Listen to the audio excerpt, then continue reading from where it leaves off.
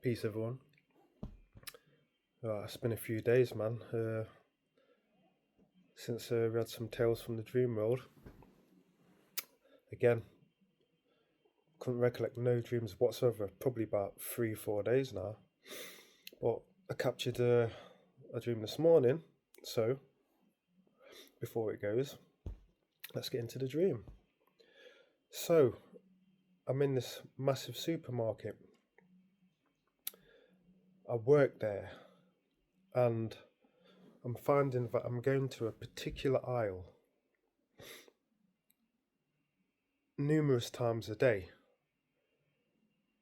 And I think I'm having my lunch break in this aisle, about halfway down the aisle or something. There's something there in the aisle that's making me stay in that particular spot, but I can't quite remember what it was.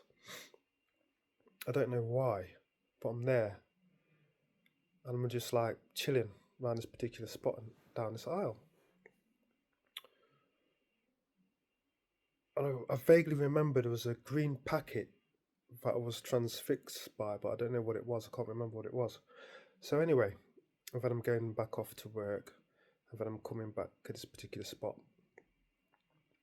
and this is going on all day, or what I perceive as all day in a dream, because you know what dreams are like with time. It's all mishmash, isn't it?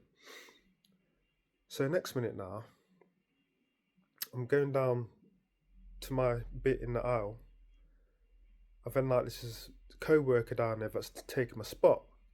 So now I'm a bit miffed now. So I'm like, why are you taking my spot?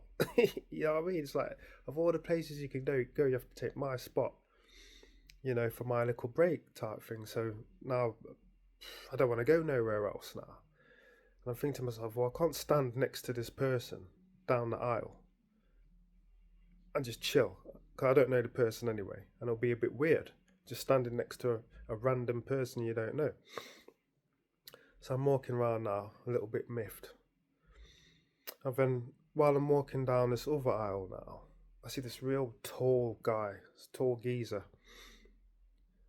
And I remember his face from somewhere. In the real world, I remember the guy's face from somewhere, but I can't quite recollect where I know him from. But at the same time, it's not like how it actually looked either in the real world. It's more like his face, the man's face.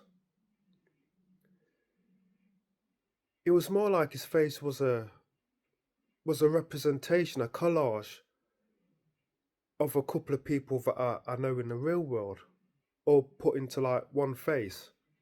So it wasn't like a different part of the face here or a different part of the face here. It was a face, it was a proper face, but I could recognize it as a couple of people in my mind. So I was like vaguely half, conscious in the dream again the minute I seen this guy. But then when he walked past, I forgot all about that, and I was completely immersed within the dream and the conscious that you take into the dream as part of the dream. So basically I went back to sleep, as it were. So yeah, so I'm still looking now, turning back to see if this person's come out my spot. They haven't come out my spot. So I'm wondering what to do with myself. So next minute now, I'm at my house. So the scene changes. And it's not my birthday or anything. But my son comes in with this package. It's some clothes. And I'm like, oh, thanks, son. That was nice of you. He's like, yeah, Dad, try these clothes. I was like, okay, cool. And it's like a blazer. So I put this blazer on. I was like, yeah, I can wear this blazer with some jeans, change my look. I goes, thanks. Then he brings in another one. And it's kind of like a purplish tartan with a hood on the back as part of the blazer, which is slightly different. Neat little style. I was like, oh, okay, that's different. Yeah, I like that. The sleeves are a bit tight, so I stretched the sleeves a little bit. Made it a little bit freer. So we got them a bit more loose and it was okay, it was cool. Nose is itching. I've already bought in another one. It was a brownish colour. Hood attached again. I was like, oh, I got two now. That's cool. So I was looking in the mirror, see how it fitted. And like the blue one had a flat cap to go with it. I thought, yeah, it's a nice little style, thanks. Next minute now, the scene changes again randomly. I'm in this town near this river. The river's in the distance. And I'm with my missus. And my missus can't walk too well, so she's very slow. So I'm having to help her along. And we walk past this it's kind of like a massive structure, like metal arms that are reinforced into the ground, and they've got like cables everywhere and stuff. And like there's a little plaque talking about it's something to do with the harbour, and it's holding up the harbour type thing. So it's holding up all of the weight of the harbour, which is in the distance, which is quite weird. And I'm like, oh, okay, whatever. So long and short of it, we get down to the harbour. And I'm looking across the river.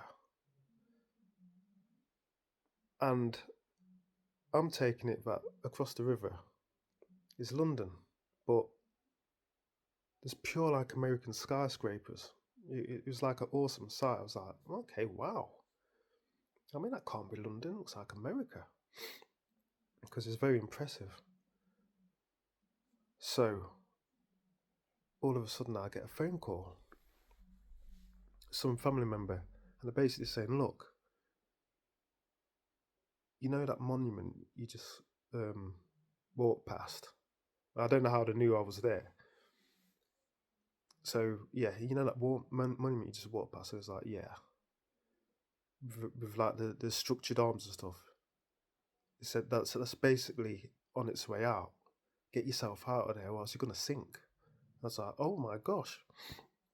So now like we're full of like terror. We need to get out of there.